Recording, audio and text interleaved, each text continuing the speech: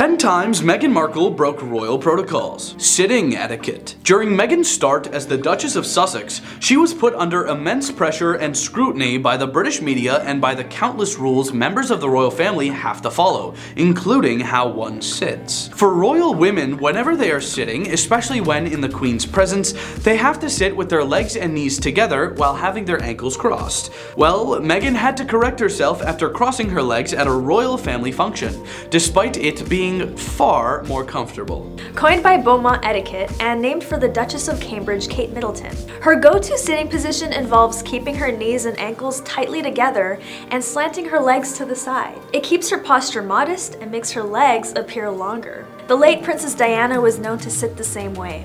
The sitting etiquette may not seem like a big deal, but when you pair it with the insane rule that royal women have to keep their chin up at all times, things get more complex. Wearing a luxurious dress that touches the ground while you're going down the stairs? Not their problem. Royal women have to keep their chin straight at all times, ideally clasping their hands in front of them, unless there's a railing, which they can briefly rest their hand on. Designer. When the Duke and Duchess of Sussex welcomed their first child together, baby Archie, fans across the world could not wait for their baby boy's christening. Much like every other christening to take place in the past, royal members are always expected to wear and represent British designers. During the ceremony for Kate Middleton's children, the star opted for Stella McCartney. Well, Meghan decided to go the French route and wear Christian Dior. Rest in peace, Pop Smoke. Meghan explained this choice with the following. The brand is also focused on sustainability, sharing on their website that more than ever before, we want to invest in the circular economy. We are optimistically committed to a model that helps protect the environment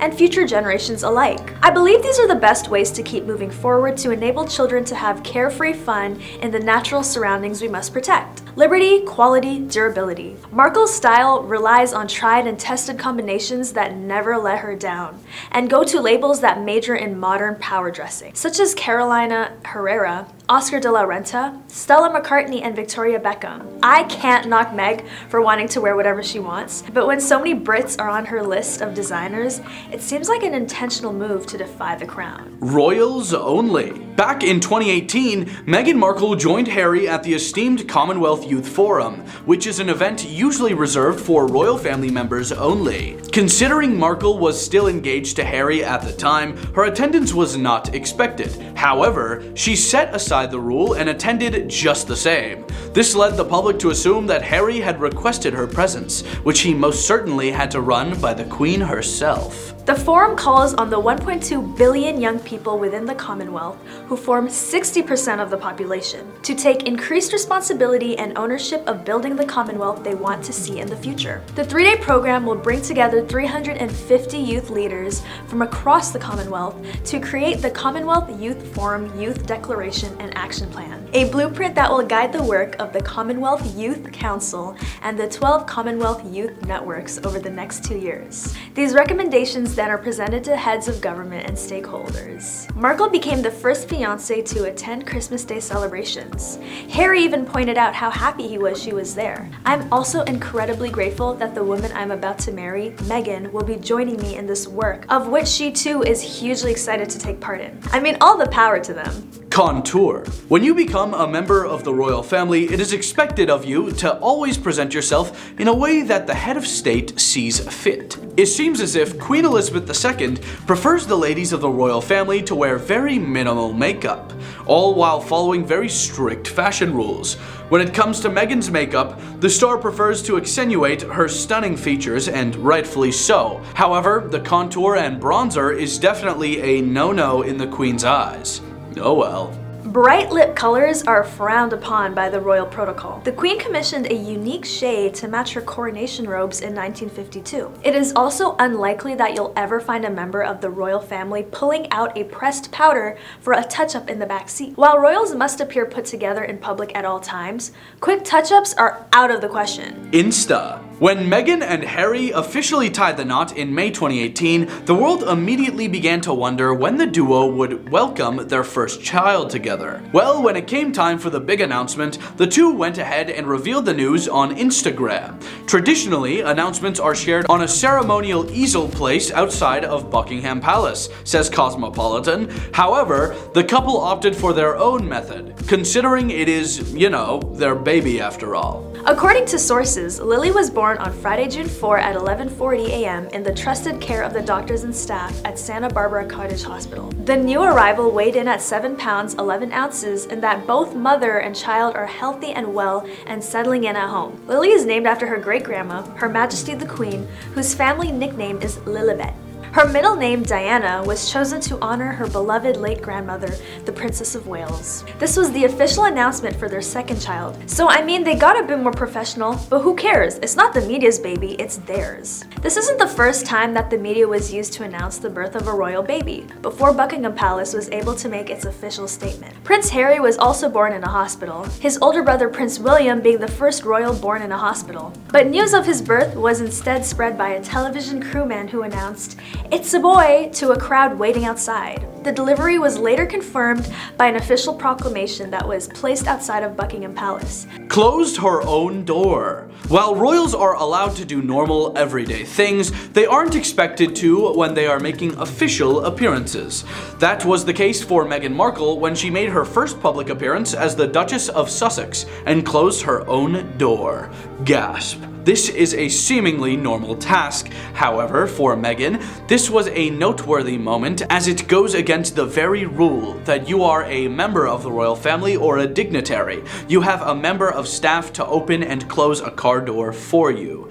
As for Meghan, she doesn't seem to mind in the slightest. It is just a door, right? It turns out that royals are not encouraged to shut their car doors, not because of etiquette, but because of a potential safety threat. The family travels in style, and that includes vehicles with self-locking doors when they're out on official duties. Meaning, when the door shuts, the locks lock too. Autographs. While some, if not most, of the rules that the royal family has to follow seem unimportant to the everyday person, it appears to mean a great deal to the monarchy. This is the case when it comes to signing one's name for the public, or as we call it, autographs. Considering Meghan is a Hollywood figure in addition to being a member of the royal family, it is safe to say she's signed quite a lot of autographs in her day. However, those became long gone the moment she turned into a duchess. But that still didn't stop her from signing an autograph during her visit to Wales. Royals are not permitted to sign their names by any means, as their handwriting can become available to the public and be used for nefarious purposes, which can be quite a concern. Autographed photos of Meghan can sell for upwards of $1,000, so we can't blame the people waiting with their Sharpies ready for her. In the history of the royals, there was only one other exception when it came to royal autographs. In 2010, Prince Charles gave his signature to victims of a flood in Cornwall. Why, you may ask? To lift their spirits? We have no idea what the signature of a prince would do to benefit someone if their house floated away. Vanity Fair. Meghan Markle spoke exclusively with Vanity Fair during her time dating Prince Harry. While this technically did occur before their engagement, therefore any true royal affiliation, Meghan spoke about Harry to the media, which is not something any member of the royal family does before they are engaged or married. Markle told the publication that "We are two people who are really happy and in love." Although it's all positive, it was still frowned upon at the time. Here's the thing with royal media. It's all twisted and words are placed into an outline to create a story, so what Meghan found out fast is there is a specific way of going about public statements that the royals have been trained on since birth. Therefore, it is bold for her to go astray and make statements without the royal PR team backing her. Marriage. Prior to her marriage to Harry, Meghan Markle was previously married to Trevor Engelson between 2011 and 2013, making her a divorcee. Oh, the scandal! Well, despite being divorced being quite a common thing in the real world, it is a major faux pas when it comes to the crown. There had been a rule set for ages that a royal could not marry someone who had previously been married and divorced. However, that finally came to a much-needed end when Prince Charles Charles married for a second time to Camilla, who had been previously married. Well, when it was time for Harry and Meghan's nuptials, there was still some, well, a lot of chatter regarding her former marriage, which obviously did not sit well with both the public and the royal family. Marrying a divorced person was taboo among the British monarchy for hundreds of years. By signing off on the match, Queen Elizabeth, who must be consulted before people within the line of succession marry, reinforced the family's recent stance about face-on divorce. But why was it such a divisive issue in the past? Historically, the Church of England's position was that divorce was okay, but remarriage was not, says Ariane Shernock, an associate professor of history at Boston University, whose research focuses on gender and the British monarchy. Ironically, the roots of the position and the Church of England itself lie in the inability of Henry VIII to annul his marriage with the blessing of the Catholic Church. In the 1530s, Henry decided he wanted an annulment after Catherine of Aragon failed to give birth to a male heir. When the Pope repeatedly refused to grant his request, Henry first limited the Church's influence in England, then formally severed ties to Catholicism in 1534. Hollywood. If there's one thing that the Queen wasn't a fan of, or so reports claim, it's the fact that Meghan reigns from Hollywood. The very notion that Meghan was a famous actress on a show such as Suits is not something the royal family is screaming from the rooftops.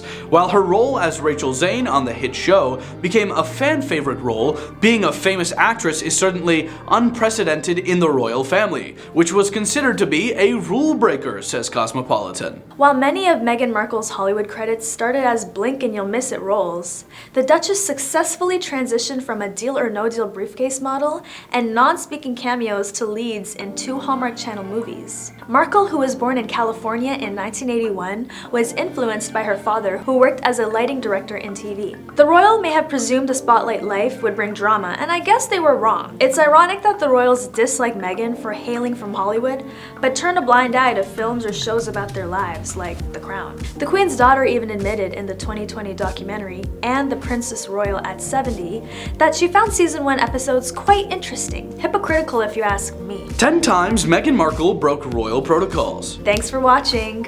Thanks for watching, and tune in next time when I don't do this accent. Message? Yeah, from Michelle.